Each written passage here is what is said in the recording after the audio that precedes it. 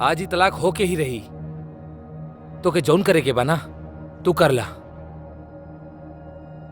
देखनी इंस्पेक्टर साहब, ऐसे ही और इनकर पूरा फैमिली मिलके हमरा पे अत्याचार करेलन। आखिर हमार गलती का बा? ये ना कि हम इनकरा से प्यार करीले और इनकी तलाक देवल ना चाहिए।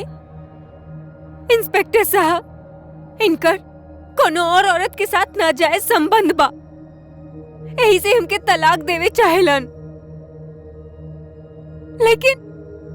लेकिन इमे हमार का गलती बा? का सर ई झूठ बोला ताड़ी। ई एक नंबर के झूठी और मक्कार बा। आप एकर बात पे यकीन मत करी। सच का बा वो हम आपके बताओ तानी। इंस्पेक्टर साहब, इनकर बात पर बिल्कुल भी यकीन ना करब। सरी एक नंबर के झूठा आदमी बाड़े। आप चुप हो जाइए। आपके पूरा मौका दिहल जाई बोले के। हाँ तो दीपक जी, आप हमरा सच बताई कि सच क्या बा? जी सर, हमने शादी के बाद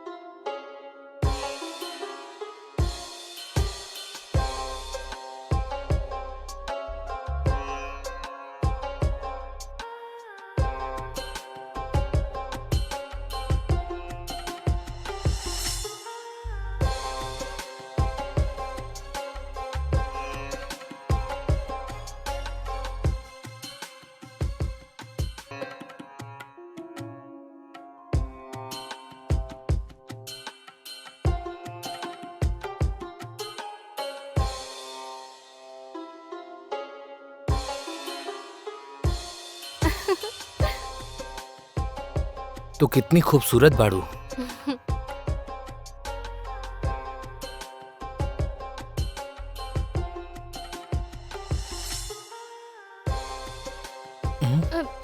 आज नहीं, आज हमरा के बहुत नींद आवत बा। ई का काजल, आज हमनी के सुहाग रात बा और तू बाड़ू की। त हम कहाँ भागल जात बानी? हाँ, अब तो जिंदगी भर आपके तो साथ ही रहे के बा। अभी हमरा के सूते दी प्लीज।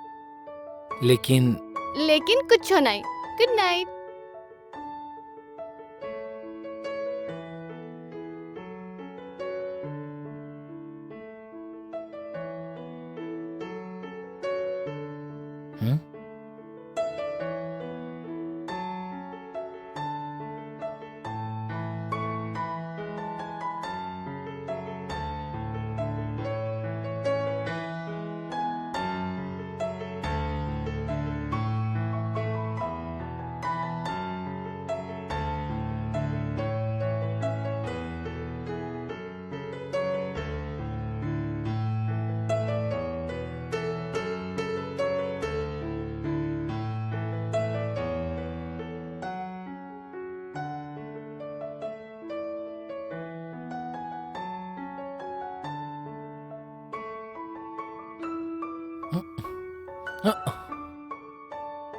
उठ जाई हमर राजा।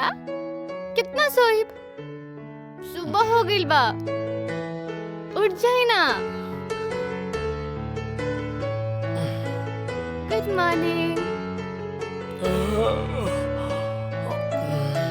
Good morning.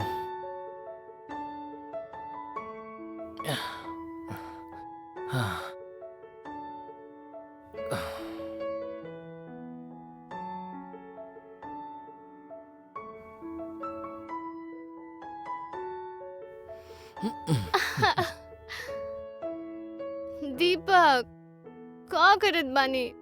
कोई देख ली ही फिर? ता देखे दा वही करता नहीं जोने को पत्नी के साथ करे के चाहिए। ता अपनी पत्नी के साथ करता नहीं, केहू और के साथ थोड़ी करता नहीं। अच्छा वो बात तो ठीक बा, पर हमनी यहाँ पे नया बानी ना, तब पापा जी भी उठ गई होखी हैं। वो का सोची है हमनी के बारे में कि कैसी बहू बा कि नाश्ता भी नहीं देलक। तो हम जात बानी, पापा खातिर नाश्ता बनावत बानी और आपके खातिर टिफिन भी बनावे के बा। आपके तो ऑफिस भी जाए के बा ना, तो फिर आप रेडी हो जाएं। हम जात बानी और आपके खातिर टिफिन भी बना दे। ठीक बा, लेकिन ओकरा पहले क्या तो के कुछ देवे के पड़ी। क्या का देवे के पड़ी?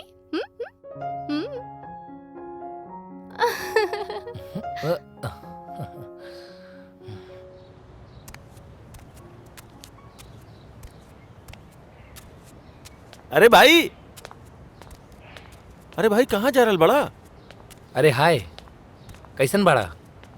हम तो अच्छा बनी, लेकिन तोरा से थोड़ा नाराज बानी। हाँ अच्छा काहे? तू शादी कर लेला और हमनी के बुलेबो ना कैला। अरे ना, ऐसन कोनो बात ना बा।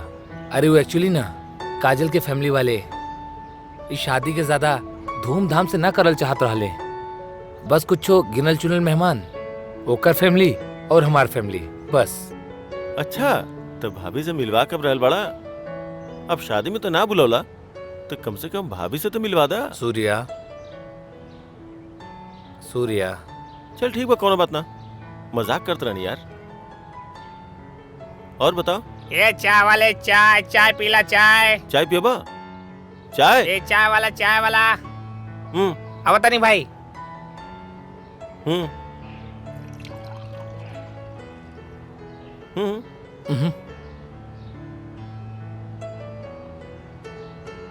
कितना भइल भाई? हम दे रहल बानी। अरे नहीं, अरे हम दे रहल बानी अरे ना। हम देता नहीं। थैंक यू भाई।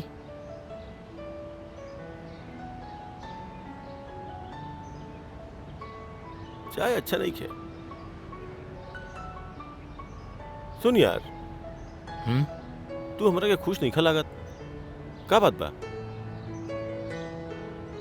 नहीं, ऐसन कोनो बात ना बा, हम बहुत खुश बानी। सुन यार, तू हमार बचपन के दोस्त बाड़ा, हमारे साथे बचपने से बड़ा भइल बड़ा, तो हम तोहर शक्ल देख के बता सकता नहीं कि तू कब खुश बाड़ा और कब तू दुखी बाड़ा। चला अब बतावा का बात बा, बतावा ना।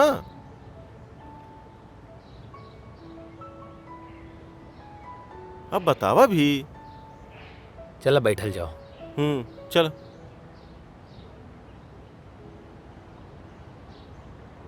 सूर्या, पहले वादा कर हमरा से, ई बात के जिक्र तो केहू से भी ना करबा। ना करब, बतावा। सूर्या, हमार शादी के पूरा 5 दिन हो गई, लेकिन अभी तक हमरा बीच पति पत्नी वाला संबंध ना भइल। हम जब भी ओकरा के नजदीक जाए के कोशिश करीनी, कुछ न कुछ बहाना करके दूर चल जाइली। हमरा के कुछ समझ में ना आता कि हम का करी। का?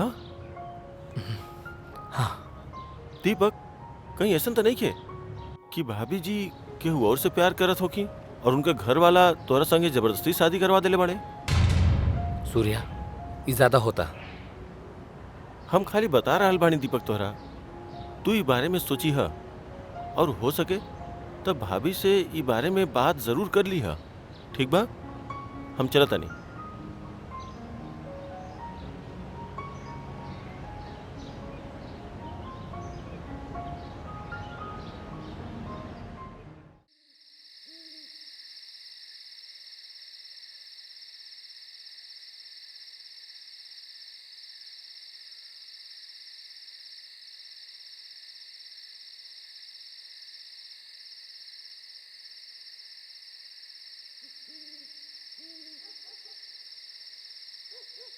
क्या बात बा बेटा, अभी तक अगोर रहल बाड़ू का?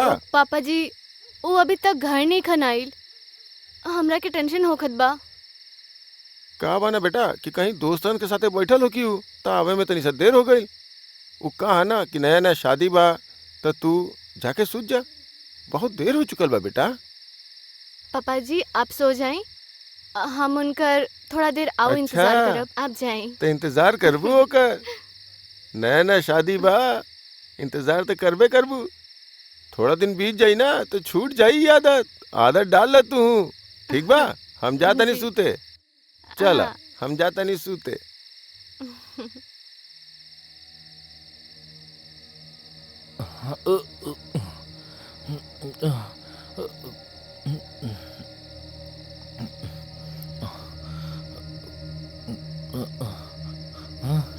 ए चल हटा, दिमाग खराब करत आ रही। आप पी के आइल बानी? आप पी के आइल बानी?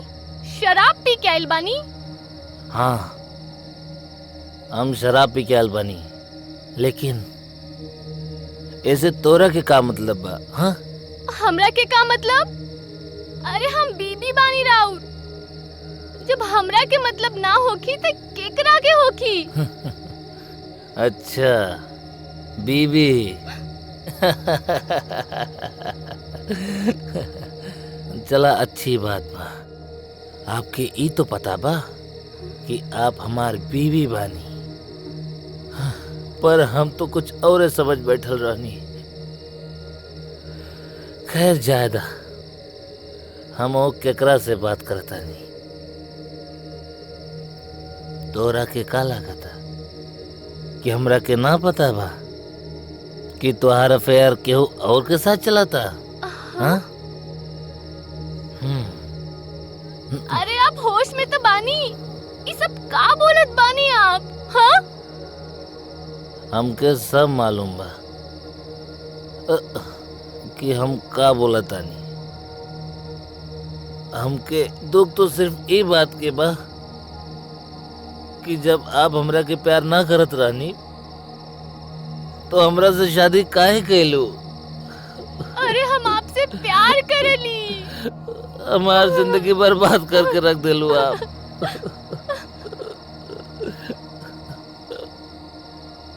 शादी से पहले अगर हम पसंद ना रहनी तो शादी करे के खातिर हाँ काहे कैलू?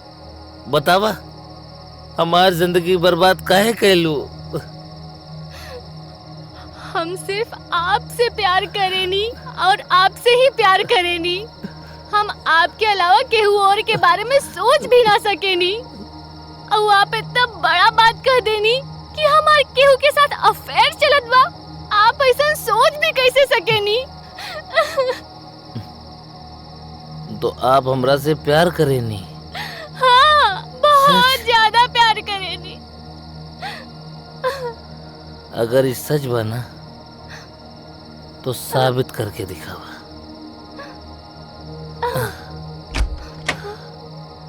करब साबित, जरूर करब।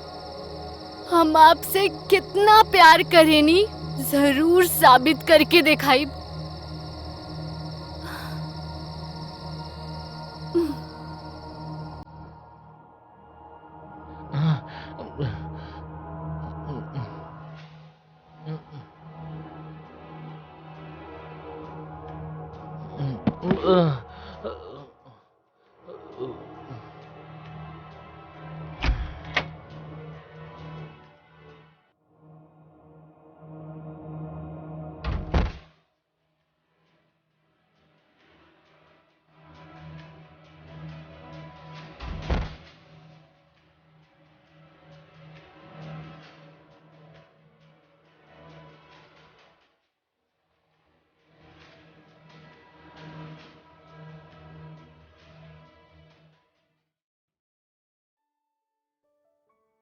हम बहुत प्यार करेनी आपसे। हम आपसे दूर नहीं खी जायल चाहत। सारा जिंदगी आपके साथ बितावल चाहेनी।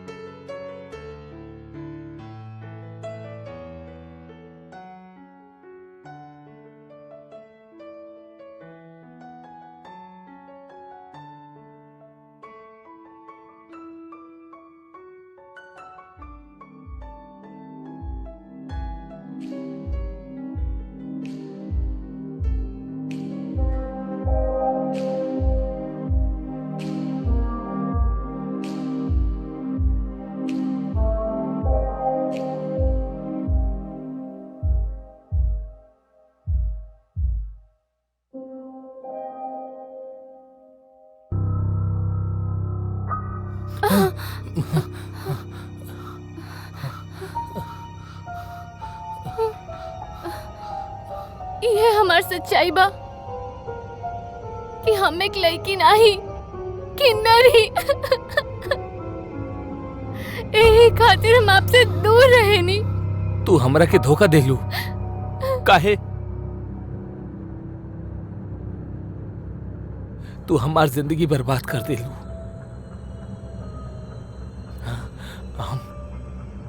हम वहीं पापा के जाके बताओ तनी कि तू और तोहार परिवार मिलके हमरा के धोखा दे ले बा। नहीं नहीं, प्लीज केहू के कुछ ना बताई। अब जो कहा वो हम करे खातिर तैयार बानी। प्लीज केहू के कुछ मत कहा, लेकिन प्लीज केहू के कुछ मत बताई।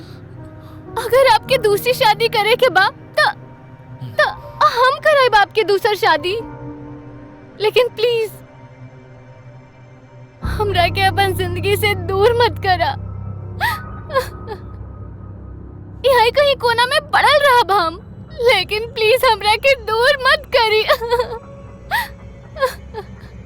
हट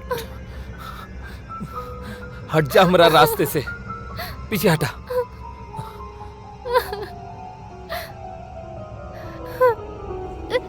नहीं,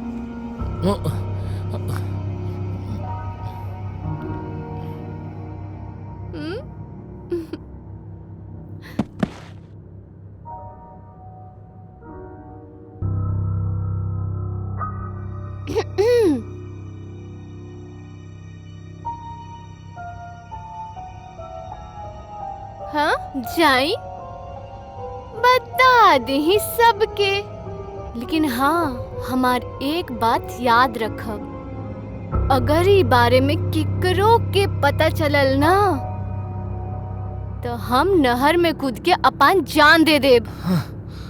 और हाँ, जाए से पहले आप और आपके फैमिली के खिलाफ पुलिस कंप्लेन करके जाए कि कैसे कैसे आप और आपके पूरे फैमिली मिलकर दहेज खातिर हमरा के परेशान करत रहे और कैसे हमरा के आत्महत्या करे पर मजबूर कर देलन। जाई काहे करत तारू ऐसन? काहे कि हम प्यार करेनी आपसे, हम आपके खोना नहीं की चाहत। काहे नहीं की समझत बात के, काहे? हट।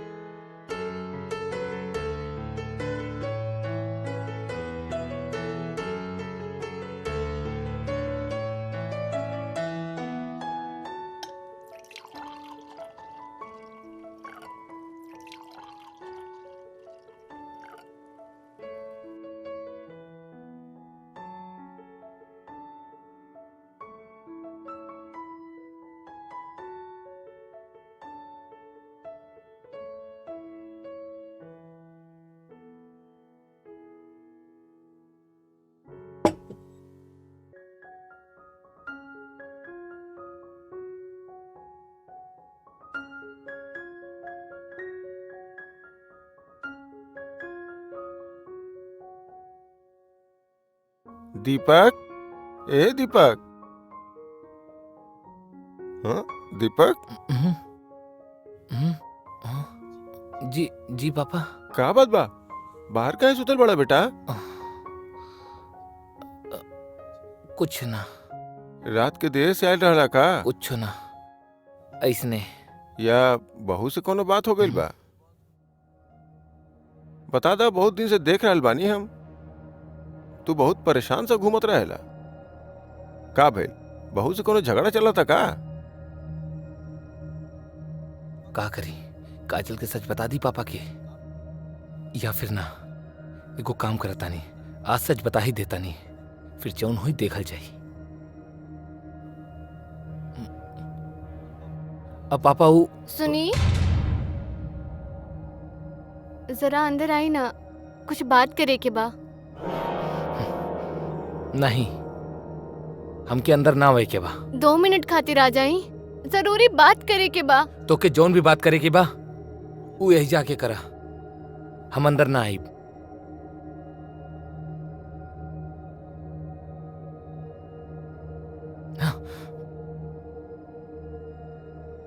पापा जी के सामने कैसे बात करी? एक बार चली। सही कहत या बेटा, कुछ बात तू लोग के आपस के होखेला जौन हमार सामने नहीं कर सकत। जा, चल जा। हमके अंदर ना जाए के बा। प्लीज एक बार चली। चल जा बेटा।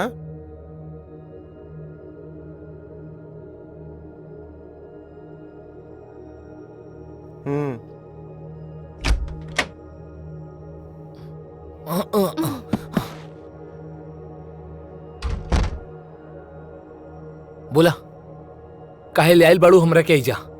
अब भी बतावत बानी।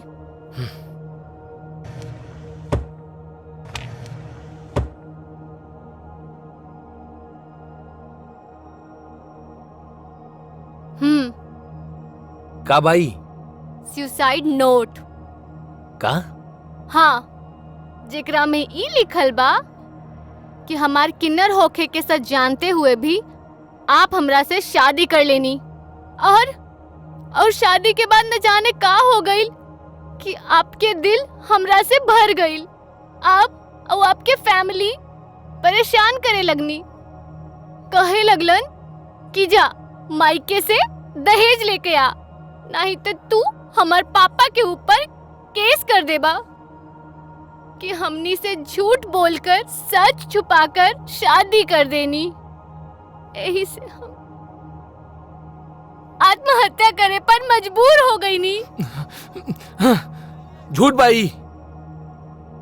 ई आप जाने ली और हम जानत बानी, पुलिस के थोड़े न पता बा कि झूठ बा, तो उनका कैसे प्रूफ देब?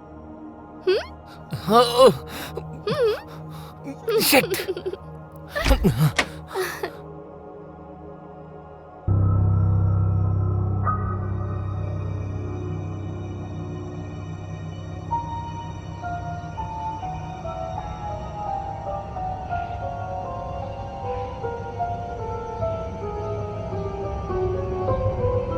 दीपक,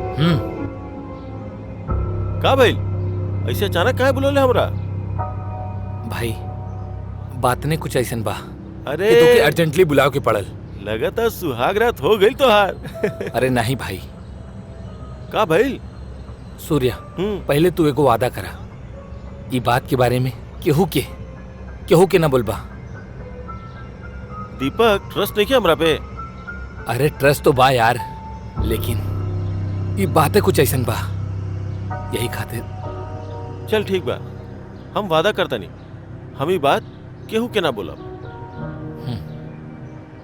सूर्या, ये बात ना तोहार और हमार समझ के परे बा। तोहार भाभी काजल एगो लड़की ना किन्नर बाड़ी। का? हाँ, और हमार जहन में सबसे पहला नाम तोहार आयल। हमके कुछ समझ में ना आइलस और हम तोरा के कॉल कर देनी। हम का करी, कहाँ जाई? सिंपल बा, तलाक दे दे ओकरा। अरे ना भाई, जितना सिंपल दिखेला ना उतना हाँ ना। कल रात जब हमरा के ई बात के बारे में पता चला तो हम अपने पापा के एकरा बारे में बतावे ही जात रहनी कि वो हमरा के बीच में ही रोक देलस। वो हमरा के ब्लैकमेल करे लागल कि एकरा बारे में हम केहू के भी अगर बतौनी तो उल्टा हमनी पे दहेज के लेके आत्महत्या करे के खातिर हमने ओकरा के उकसौनी हाँ ये कहा के केस फाइल कर दी। और हम बिल्कुल भी ना चाहता नहीं कि ये बात बाहर फैले, कि ये बात बाहर फैल जाओ। हमके कुछ ना समझ में आता यार। तब बस हम तोहरा के कॉल कर देनी। अब यार तू ही कुछ कर सकेला। हमारा पास एगो आइडिया बा। आइडिया? हाँ, तू ये बात केहू की मत बताइया और तलाक खातिर कोर्ट में अप्लाई कर दिया। और जब तोहर कोर्ट में सुनवाई होगी तो ओकर 2-3 दिन पहले ये बात अपन वाइफ के बता दिया। और हाँ, अपन वाइफ के बतावे से पहले एक FIR अपन वाइफ और ओकर फैमिली के अगेंस्ट पुलिस स्टेशन में डाल दिया, ताकि जब तोहर वाइफ के बात पता चली तब तक लेट हो चुकल होके और फिर वो कुछ ना कर पाई। हाँ यार, ये तो एकदम ठीक है। थैंक यू भाई।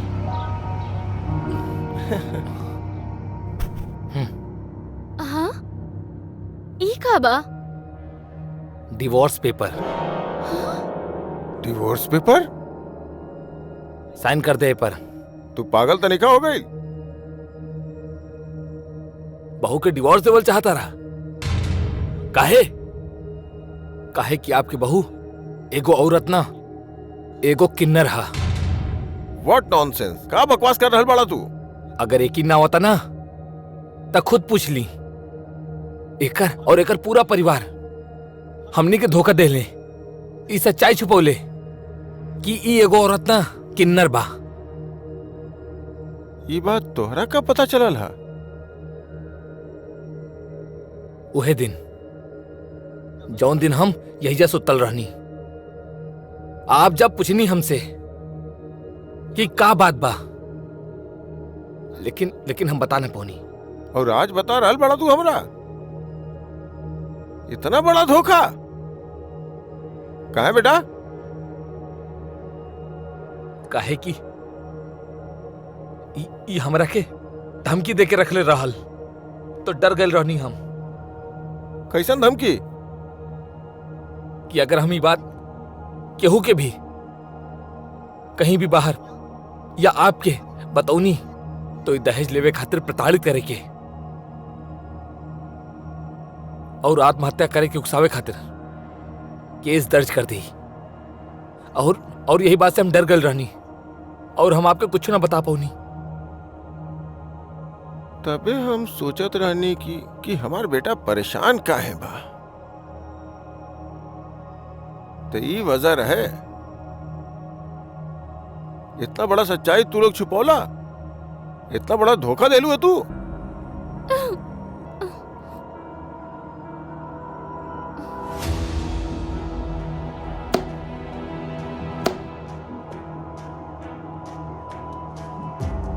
बेवकूफ हवा तू, पहले ना बता सकत रहला तू।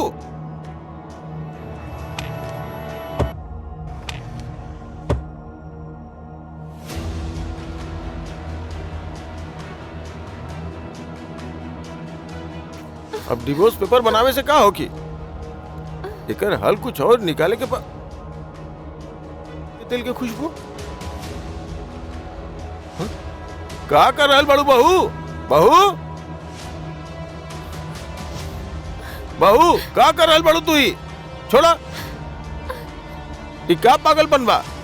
का जतावल चाह रहा तू? छोड़ा करा। छोड़ दी, जाए दी हम। छोड़ा। छोड़ दी। छोड़ा। हम नहीं खींचियल चाहत। छोड़ा करा। छोड़ दी। हमारे हम बचल ही काबा। ये पागलपन बा। ये पागलपन बा। पापा छोड़ दिए एकरा के। ये जौन भी करल चाहता एकरा करे दी। अच्छा ही हुई अगर ये आत्महत्या कर ली। का बकवास कर रहल बड़ा तू? तोरा पता भी बा तू का कर रहल बड़ा? कम से कम एकरा से पीछा तो छूटी। रहल बात पुलिस के, तो ऊ हम देख ले हब। एकरा साथ रहे से तो अच्छा बा कि हम जेल में रह ले हब।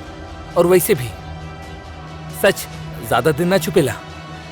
पुलिस कबो ना कबो ई बात के पता कर ही ली। हमके कुछ ना होई। यही खातिर एके जौन करे के बा एकरा के करे दी।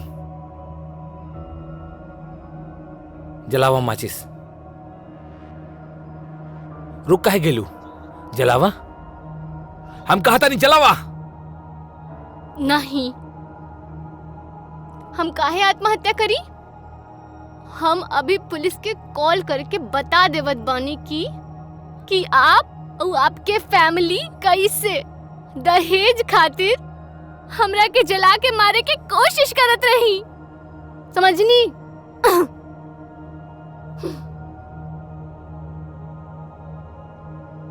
बहू का कर रहल बाड़ू? Hello police station. अगर ये तलाक भइल तो नहर में कूद के हम अपन जान दे देब।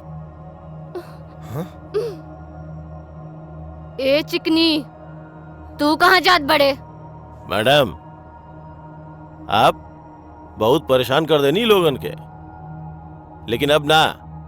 आप जो अपन सच्चाई छुपा के मिस्टर दीपक से शादी कैले बानी ना, वो कानून के नजर में बहुत बड़ा जुर्म बा। और आपके परिवार इस जुर्म में भागीदार बा।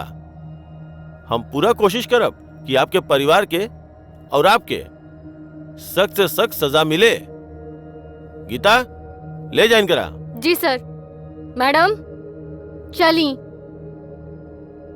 मिस्टर दीपक, आप टेंशन मत लीजिए, कहें कि कानून आपके साथ बा। थैंक यू सर। और हम पूरा कोशिश करब कि कानून आपके साथ इंसाफ करे। Thank you. Okay inspector. Hmm.